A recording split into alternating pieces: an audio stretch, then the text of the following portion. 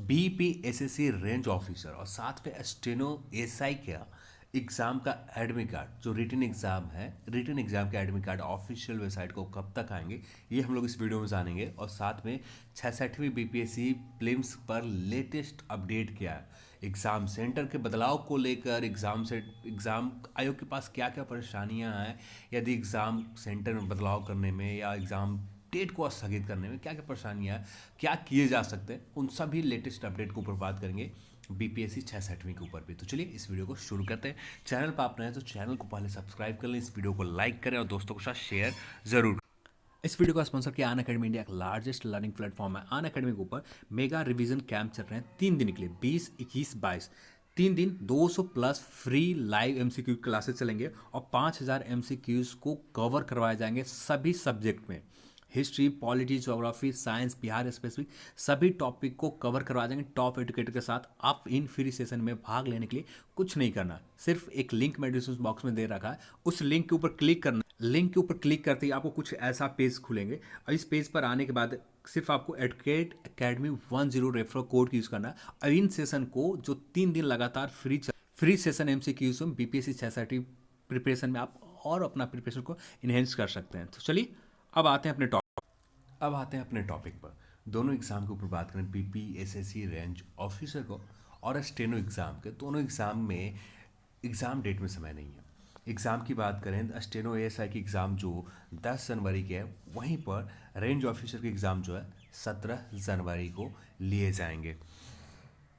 तो यहाँ पर जितने भी अभ्यर्थी हैं स्टेनो एएसआई की एग्ज़ाम देने वाले या रेंज ऑफिसर के एग्ज़ाम देने वाले, तो यहाँ पर जितना ज़्यादा हो सके एक ही टॉपिक को, जहाँ पर आप वीक हैं उन्हीं टॉपिक को रिवीजन करें। और सबसे बेहतर आपके ऑप्शन आपके पास है ही, प्रीवियस ईयर पेपर से आपने अनुमान लगा ही लिया कि रेंज ऑफिसर में किस तरह के प्रश्न पूछे जाएंगे। थोड़ा सा लेवल, अच्छे लेवल के रेंज ऑफिसर में प्रश्न रहेंगे, जो आपने बिहार एसआई मेंस में देखा था उससे लेवल कुछ वैसा ही लेवल रहेगा, पर थोड़ा सा लेवल स्टैंडर्ड रहेंगे, कुछ वैसा ही लेवल रहेंगे कहें तो एक तरह से। तो आपको ज़्यादा मेहनत करनी है अपनी टॉपिक के ऊपर, ज़्यादा मेहनत आपको करनी है।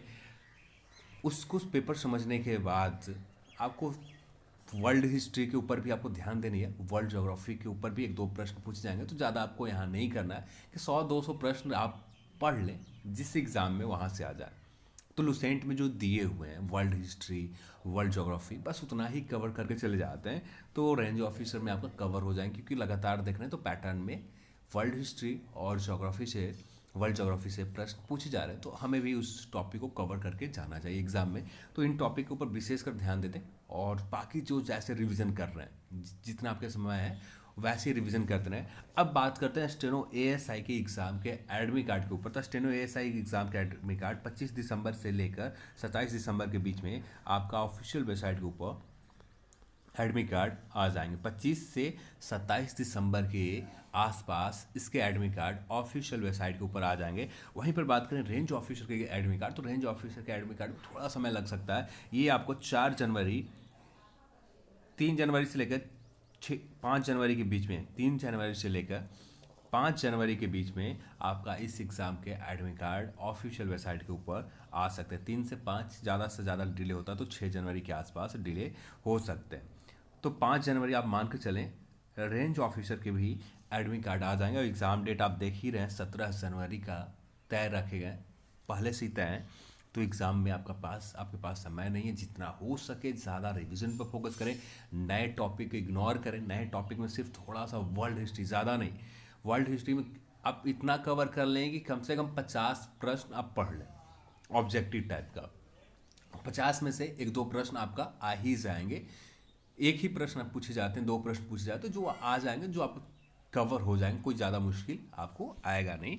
तो वर्ल्ड हिस्ट्री 50 के आसपास आप कवर कर लें। और लुसेंट में जितना दिया हुआ है उन्हीं में से कुछ टॉपिक को एक रफली वे में देख लें कि जब जैसे एग्ज़ाम में आए कि आप ऑप्शन के माध्यम से उन प्रश्न को अटेम्प्ट ले सके, ऐसे लेवल में आ जाए जिससे वर्ल्ड हिस्ट्री थोड़ा सा ओवरव्यू क्लियर हो जाए।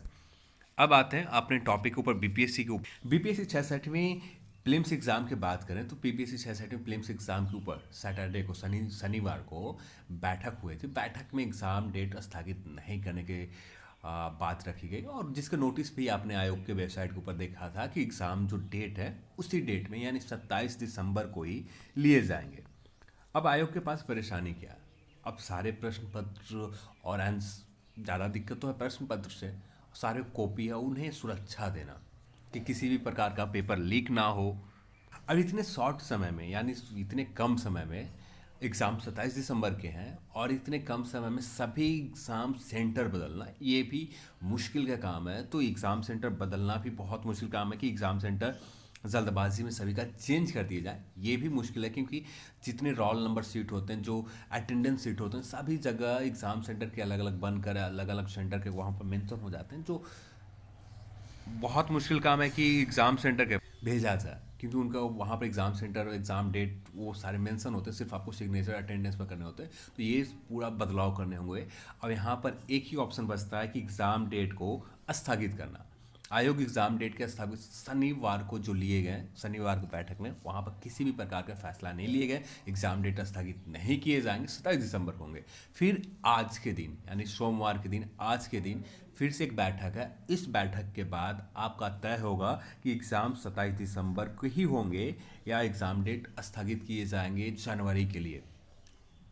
क्या होता है ये आयोग के ऊपर निर्भर है, आयोग की आज के बैठक के ऊपर निर्भर है।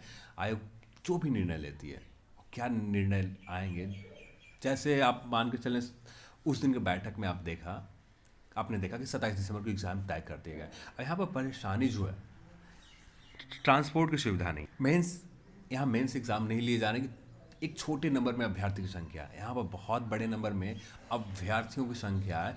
अब इन बड़े नंबर में हर एग्ज़ाम सेंटर पर मैनेज करना, और एग्ज़ाम सेंटर पर ट्रांसपोर्ट की सुविधा आप समझ सकते हैं, एक कोने से लेकर यानी नॉर्थ वेस्ट से लेकर जो मधुबनी के छात्र हैं वे इधर आ जा रहे हैं, किसी का सेंटर गया में है, किसी का सेंटर नवादा में, किसी का सेंटर भभुआ में, किसी का सेंटर औरंगाबाद में। तो बहुत ज़्यादा दिक्कत है इतने लॉन्ग ट्रैवल करके, बहुत सारे के पास अभी इतनी ठंड है।